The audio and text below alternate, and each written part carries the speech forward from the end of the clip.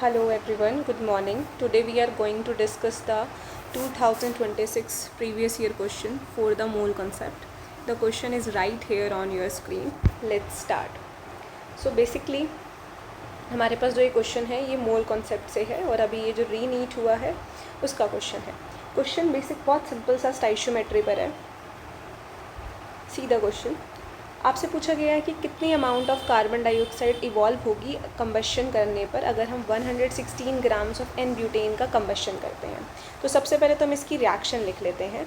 N butane की combustion की C4H10 हमारे पास सिंपल ये एक एन ब्यूटेन का मॉलिक्यूलर फार्मूला हो गया. कंबशन कराना यानी कि O2 के प्रेजेंस में हम रिएक्शन कराएंगे. CO2 का फॉर्मेशन होगा और साथ में H2O रिलीज़ होगा, वाटर रिलीज़ होगा. कभी भी कोई भी रिएक्शन अगर आप करते हो स्टाइशियोमेट्री से रिलेटेड या लिमिटिंग रिएजेंट से related, reaction should be balanced होनी चाहिए. तो पहले इसको बैलेंस कर लेते हैं. 10(13/2). ठीक है, तो ये हमारे पास एक बैलेंस रिएक्शन हो गई. देखो अगर मैं इस रिएक्शन के अकॉर्डिंग देखूँ ना, मेरे पास 1 मोल C4H10 है, उससे मेरे पास 4 मोल CO2 आ रहे हैं. ठीक है, ये हमें रिएक्शन बता रही है according to balanced chemical reaction. Balanced chemical reaction हमें ये बता रही है.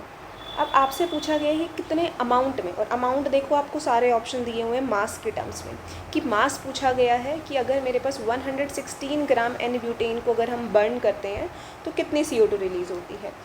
1 मोल से मेरे पास 4 मोल CO2 आ रही है. 1 मोल का मतलब क्या होता है? 1 मोल का मतलब होता है मोलर मास के बराबर. ठीक है, तो अगर 1 मोल C4H10 की बात करें तो 1 मोल C4H10 का मतलब क्या हो गया? इसके मोलर मास के बराबर. तो इसका मोलर मास कितना हो जाएगा? कार्बन 12, 4 कार्बन है, 10 हाइड्रोजन है और 1 हाइड्रोजन का मास हो गया 10. 1 हाइड्रोजन का मास हो गया 1. तो मेरे पास ये टोटल आ गया हमारे पास 58 ग्राम्स. ठीक है, 58 ग्राम C4H10. ठीक है, ऐसी अगर मैं बात करूँ यहाँ पर 4 मोल CO2, ये भी किसके बराबर होगा? 4 into molar mass of CO2. तो 4 इंटू मोलर मास कितना है CO2 का? 44 ग्राम्स. ठीक है, तो 44 ग्राम्स मेरे पास क्या आ गई हैं? CO2 आ गई है. ठीक है, इतना आ जाएगा 44 इंटू 4. तो बेसिकली हम ये बोल सकते हैं कि जब मेरे पास 58 ग्राम C4H10 था, उससे रिलीज़ हो रहा है 4 इंटू 44 ग्राम CO2. तो 1 ग्राम, हम सिंपल यूनिटरी मेथड लगाएंगे, अगर मेरे पास 1 ग्राम C4H10 होता तो 4 इंटू 44/58 ग्राम CO2 रिलीज़ होती. और अगर मेरे पास 116 ग्राम से आपका पूछा गया है कि C4H10 है तो कितनी CO2 रिलीज़ होगी? 58 इंटू 116. तो अब जब इसको सॉल्व करोगे तो यहाँ से आपके पास आंसर आ जाएगा 352 ग्राम्स, जो कि इसका सॉल्यूशन था कि 352 ग्राम CO2 रिलीज़ होगी अगर आप क्या ले रहे हो? 116 ग्राम. 58 ग्राम यानी कि 1 मोल से 4 मोल CO2 रिलीज़ हो रही थी, यानी कि 4 इंटू 44. तो 1 से कितनी होगी? 116 से कितनी होगी? तो ये आपके पास क्वेश्चन था. अब इन क्वेश्चन को करने का ना एक मेथड और होता है कि आपको सबसे पहले ना बैलेंस रिएक्शन लिखो. C4H10 plus 13/2 O2 to CO2 plus H2O,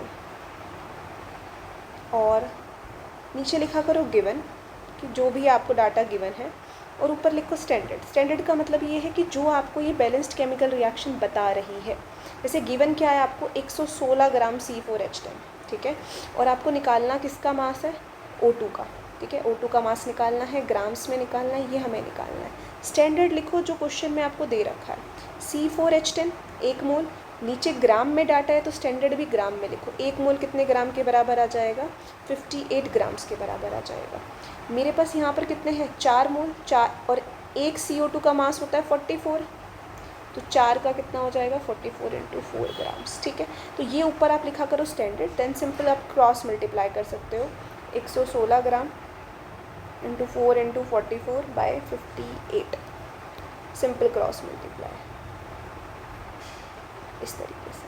तो यहाँ से आपका आंसर आ जाएगा 352 ग्राम्स. ठीक है, बस आपको यूनिट सेम लेनी है ताकि यूनिट से यूनिट कैंसिल हो जाए. ये ग्राम से ग्राम कैंसिल हो गया, मेरे पास आंसर ग्राम में बच जाएगा. ठीक है. Thank you so much.